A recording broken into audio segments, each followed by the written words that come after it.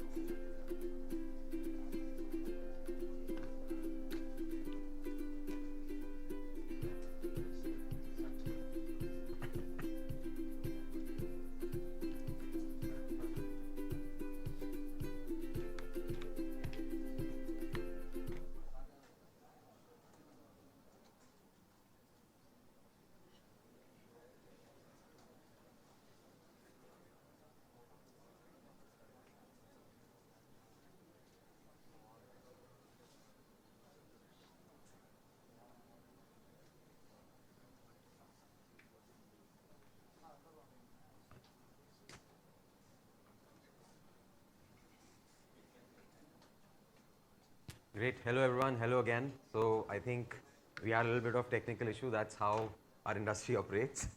Welcome everyone to this room. Thanks for making it to the presentation here and thanks for IGDC for having us here. I think first of all, great energetic sessions by Saikat and Shravan. So thanks for setting the bar high on this room and hopefully I'll be able to do some justice to it. I heard a couple of questions from all of you and hopefully I'll be able to cover that in my presentation and try and help you out. I'm Siddharth Mehta. I lead the domestic gaming vertical at Google Play and de facto real money gaming pilot project in India. I'll quickly begin this presentation. Can we go to the next slide? Yeah, sorry, thanks. So what I'll be covering today essentially is three different parts. I'll be covering for you what's changing on Play. We keep hearing developer feedback. We've heard all of us developers, we've heard some young developers in the room. What are we changing and how are we going to help you through this change? We're going to help you with Google Play monetizing solutions. Again, I'm going to scratch the surface there. I'll leave it to all of you to get through the details on some of the Google Play help links. And third, I think though this whole presentation is about how to grow your developer business outside India, I think what I also want to touch upon, and someone asked a question there, which geography I think you should be growing your business. So I'll cover the Indian market as well on how energetic and how exciting the Indian market is, which is not yet available on public forums, but that's all the data. And I can just share some bit of data with you. Obviously, I'm not allowed to share developer data with all of you, but I'll try to help you understand what markets and which areas can you aim at. So I'll go to the first part, if we can go to the next slide. The next slide, yeah, sorry. So this is the first part. We'll begin on this. Can we go to the next slide? The next one. Thank you. So before I begin, I think all of us know Google Play Store, what's Google Play Store, but I still want to take like a few seconds to touch base on what's Google Play Store. Going back, and what's our vision for Google Play Store basically. So going back into the day, let's say 15, 20 years back, when all of us had the Nokia devices or the Symbian operating system, and we had a couple of, the market was very fragmented back then, and developers had to develop, I think, their codes and their versions of apps for each and every specific device, each and every OS, and there's where we come from. And I think our own team, Google Maps team, keeps telling me that back in the day we had a closet full of devices, you know, they had to test the application on.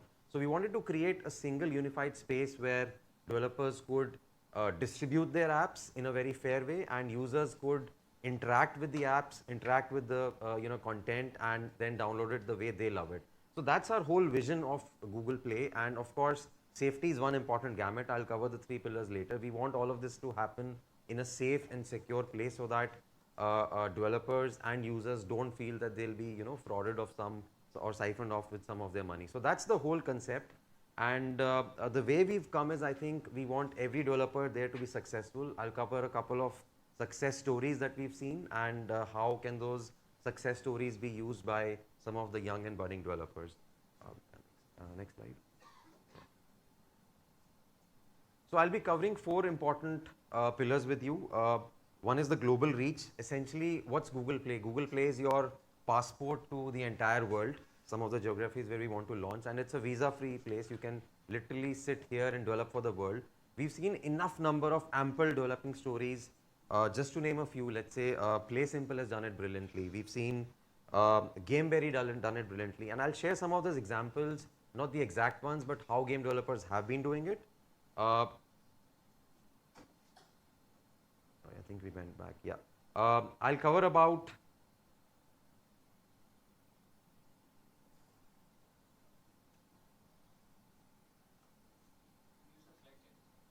oh, it's working? Great, thank you. This is great.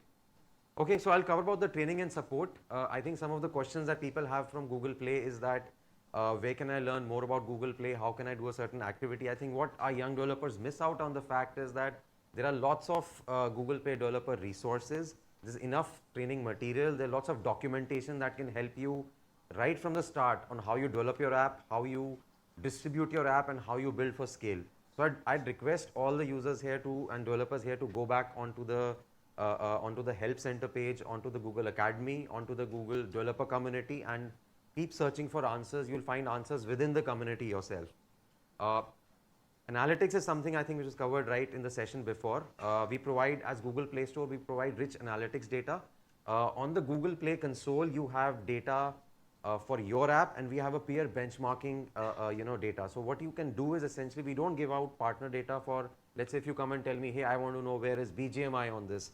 We can't share BGMI data with you, of course, but what we can do is we can create a peer benchmark data, especially on your genre set, and share it with you where you understand important metrics like your primary monetization metrics. Where are you with respect to your DAO's mouse? Where are with you respect to your retention metrics? So we can cover all those metrics, and if you go through your console, you have access to all of that data, you versus your peer benchmark. Then of course, as I said, safe and secure processing. That's the pillar that we stand for, providing a secure platform for our developers where they can distribute their apps, and providing a safe environment for our users so that they don't feel frauded on where are they transacting at. I put this slide yesterday right in the end. I wanted to cover this section here.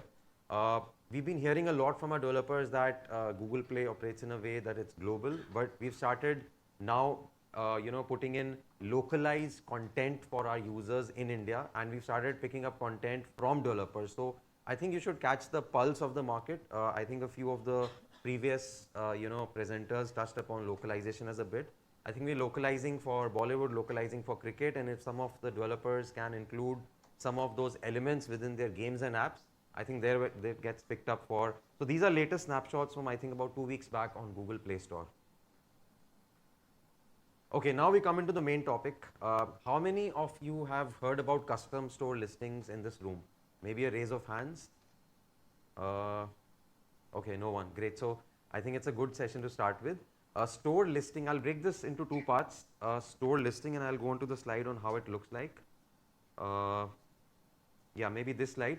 So this is a store listing page, typically, how it looks like. When you open or search for your app on Google Play Store, or you, let's say, come on, someone clicks at a deep link and arrives at, the Google Play Store on a particular app. This is how listing page would look like.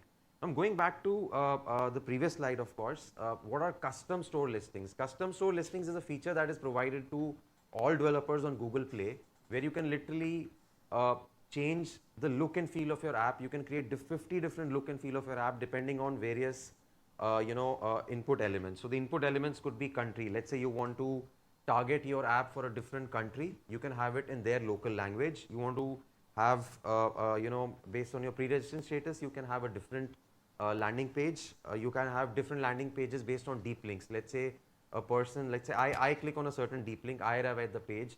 The way I want to interact with the app or the store listing page is different versus experienced by, let's say, anyone else in this room.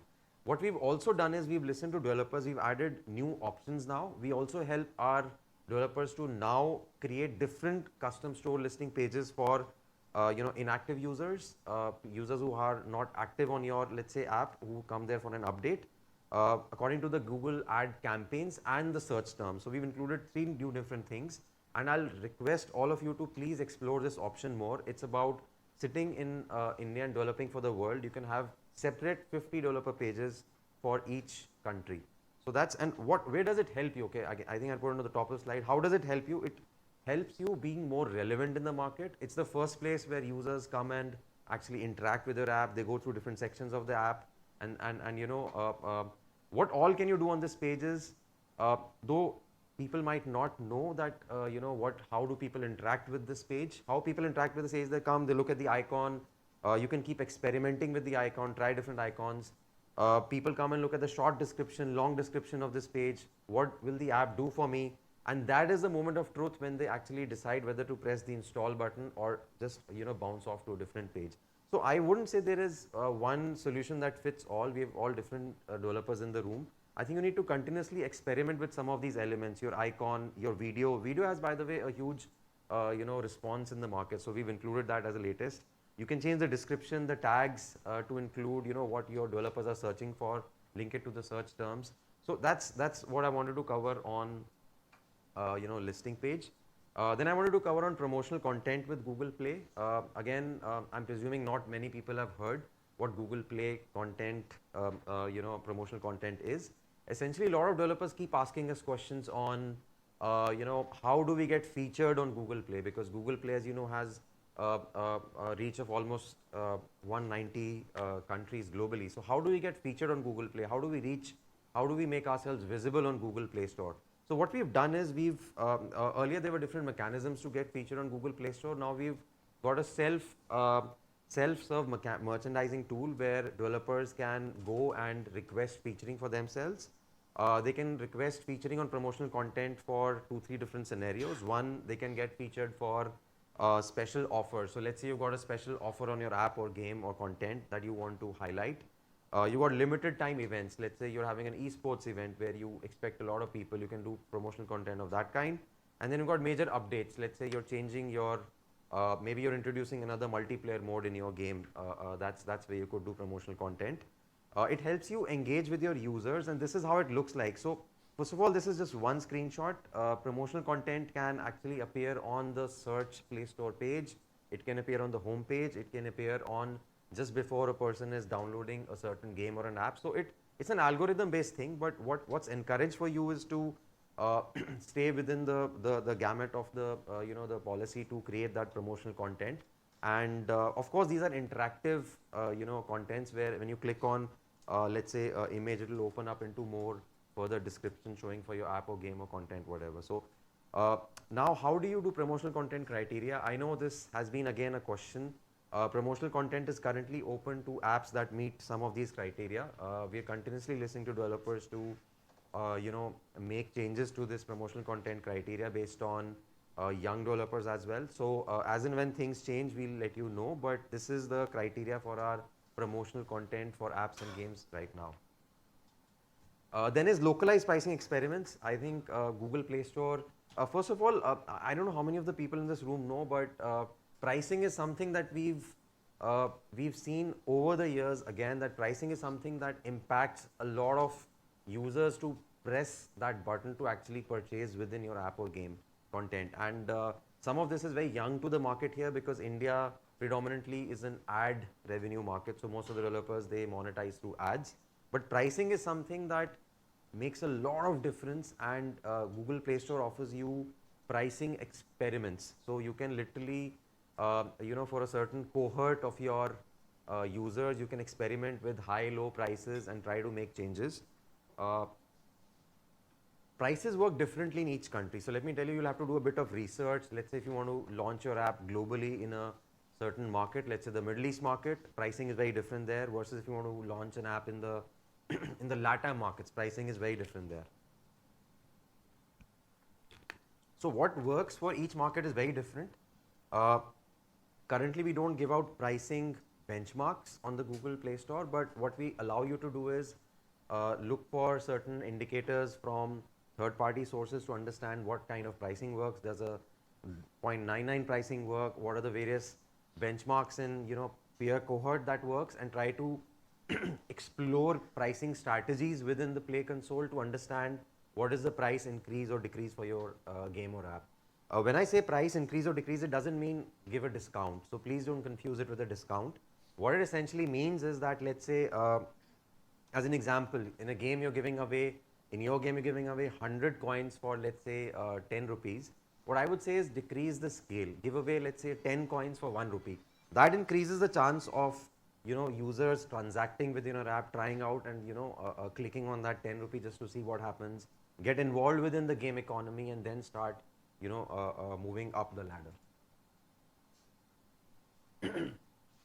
Okay, so this is example that we saw. This is Argentinian-based game developer, Itamax, and they have a trivia game. What we saw essentially was they experimented. They came with a very unique problem. They said, we do not want to impact our revenue, but we want to look at how pricing works for our users and how does it impact our revenue. So they picked up a certain section of users, and they experimented using the Google Play console, the pricing experiment, and they landed on a very good number set where they could actually increase their prices on certain SKUs, which saw not only conversion on buyers but saw an increase in their revenue. So this is an actual live example that I use, and I would recommend you to go to the console section, look at localized pricing experiments, and hopefully you could also benefit from this tool. So in summary, 3 different things I covered on this section. Run your custom store listings to see how you as a young developer can make different landing pages, how people interact with your landing page for your app or game on store. Run promotional content, some of the developers here, and then localize and run price experiments that you feel could benefit your app, and look at the market indicators on what pricing works for each country.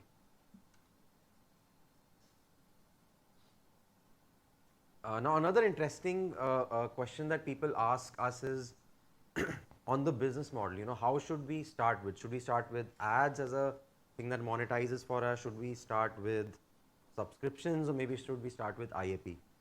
The way I answer this question, it's very different. I think it all depends on your app, your game, your content, what do you want to offer. Generally, what we've seen is that in developing countries, especially in India, people start out with ads as a source of revenue, and then when they learn, they become more mature on these tools that I'm telling you, on the IAP experiment tools. They generally move towards IAPs and then move towards subscriptions. I would say it's for the long and short term. You have to understand what works best for you, an IAP versus a subscription. Subscriptions are typically used when your content has something to offer on a periodic basis. Let's say it's an OTT app where you continually offer changing content, and the user wants to see that. IAPs is something when you offer in-game, let's say, items, an in-app item where users consume it and then they are done.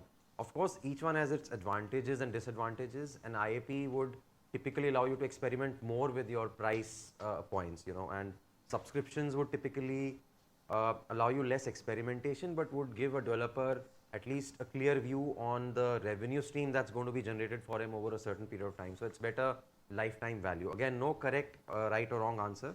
I would say it's more important for you to continually experiment and keep trying and understand what works for you.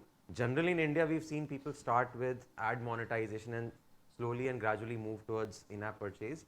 I think it's very important to keep the customer experience in mind. So when you interact with your app, try and understand, are we doing too much of ads? Should we introduce IAP? Is it really coming into the main way the people are interacting with the app? Should I do ads till a certain time and then move to IAP? So all of these questions you need to ponder upon. These are certain examples. I can quickly skip through it, but education content, typically we've seen higher on subscriptions, and we've seen within education and content where let's say we've used this example, the first screenshot, where the education part is on a subscription basis, but to get a certificate on that is an IAP. So you need to see that which particular portion of your app and what content you're offering to use the business model that works for you. I'm quickly jumping slides due to paucity of time, but in summary, I think what we've covered is identify the right business model for your app, what works, subscription, IAP, ads, what's the right time frame to shift from an apps to, let's say, an IAP, what's the right time to do a model that does both, it's IAP plus subscription or IAP plus ads. So all of this needs to be pondered upon. Maximize for payers first whenever you take this decision of shifting from, let's say, an ad to subscription or an IAP, and use features and offers into the pricing that help your buyers and increase their experience on the app. This was the last section I wanted to cover, essentially on India. First section was all how can you use Play Console to actually market and bring your game to the world. On India, there are certain numbers that are not much shared, but to start with, some of these tactics have been hugely deployed by some of our global developers, and they've done it brilliantly in India. First of all, I wanted to cover the Play buyer ranking. So what are buyers? Buyers are people who typically come and buy on Play. What we've seen over the years is that India is moving upwards on the buyer ranking, and this, by the way, data, the first set is both for apps and games. Any guesses in the room what will be the number for games? Where are we on the buyer ranking for only for games? Sorry, raise your hand. Okay, so we are number 2 on buyers. Why this becomes important is that people all this while thought that India is a market where there are just users. It's a 1.4 billion market. We just have users. There are no buyers. But what we've seen very recently, and the number in the center which actually helps us, that we are seeing 59%, almost 60% growth on buyers in India. So developing your app or game for India would not be a bad idea at all at this time where we have buyers coming in. And how we actually correlated this data, or how we call this data as good, is because of the third box that you see there is what's the Play new buyer ranking. So this tells us how will this fare in the future. Do we have buyers right now? Will we have buyers in the future? As India grows, we've spoken about infrastructure growing in India, the 5G infrastructure, the telecom infrastructure, everything growing in India. We actually rank number 1 in new buyer ranking. And I can't just share numbers, how excited I am to share, but we have upwards of 10 million per month buyers in India right now as I speak. So it's a huge market. Some of you may say, looking at the first box, that, look at the population of US, look at the population of India, look at the population of Brazil, Japan and India. The percentage is currently very low. But what I want to say is the 60%, which is the Y-on-Y growth, is a very high number, which is not in any other country. So it wouldn't be a bad thing to start with India as a market as well. How do you work out your way in India? So working out your way in India is, I don't do everything at once. Take one step at a time. I know we have many young budding developers in the room. Just take one step at a time. First of all, you need to grow your DAO for your app or game, and then you need to focus on the rest of it. How other developers have done it is they've leveraged concepts from India, what users love. India users love, I think, cricket and Bollywood, and there are some apps and games that are global apps and games but have utilized those brilliantly in India. Maybe on the first, I don't know how you can make out, this is a mini clip carom, board pool. How typically they did it was so I'm not a developer, but I hear that, you can develop games of similar kind. So mini clip had a 8-ball pool game, and the way they did it was they realized that carom as a board game is very popular in India.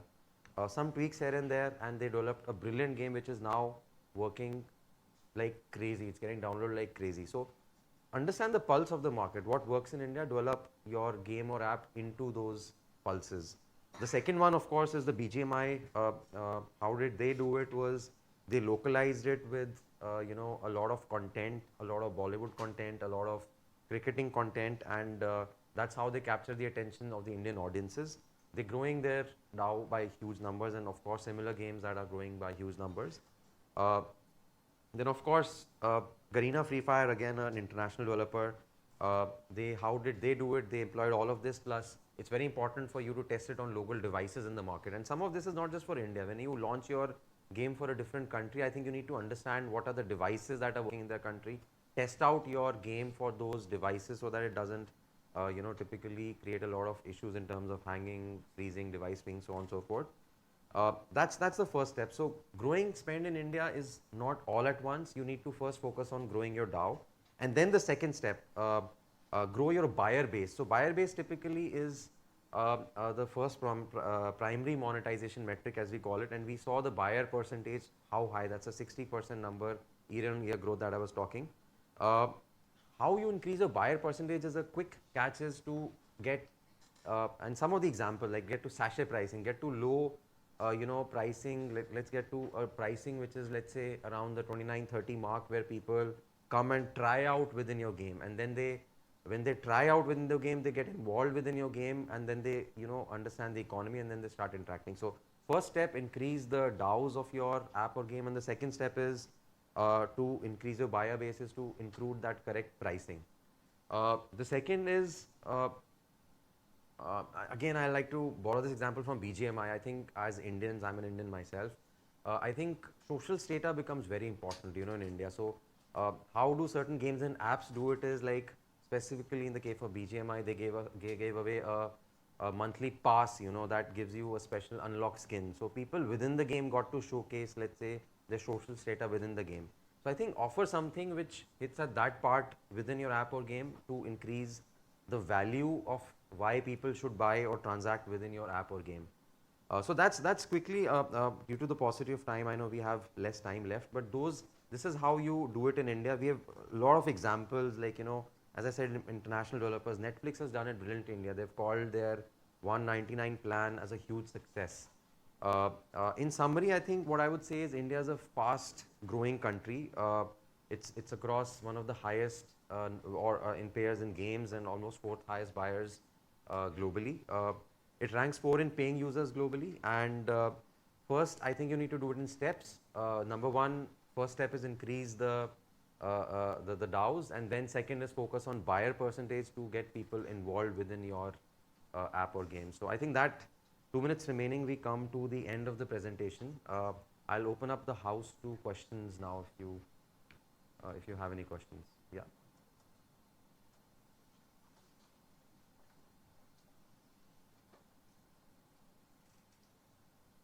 Thanks, Sid. That was very interesting. So one question that I have for you is, you mentioned, PUBG, BGMI had localized the content, they added cricket content, Bollywood. Is that how, do you think that is very relevant for our audience in India? Because I think a lot of people who are spending money, very likely they're not watching Bollywood content or cricket. They're very, Western influenced audiences. And how do you see that? No, so I would say that relevant and interesting question. What we've seen over the years is that spending audience just doesn't come from a certain section of users within the developed places in India. Let's say, some of the urban areas. It also comes from some of the non-urban areas, and we've seen it come across categories. And especially, I think what happened after the COVID lockdown, everyone's learned to use online as a medium and to become a buyer. So the percentage that you saw, the 60% plus that's coming, that's mostly because of the non-urban segment as well. So yeah, we've seen a lot change in numbers, and I think that myth should be broken. And because we're covering it for a global audience, I would say that let's say Bollywood and cricket are big in India. Maybe Bollywood and cricket might not be as big in, let's say, Southeast Asia. So maybe Songkaran Festival is a great festival there to localize your app or game into. So I think it's very important for you to localize your content to the place where you want to. India as an example, Bollywood cricket. Yeah, other examples I'll leave the audience to figure out. Thanks. Yeah. Okay.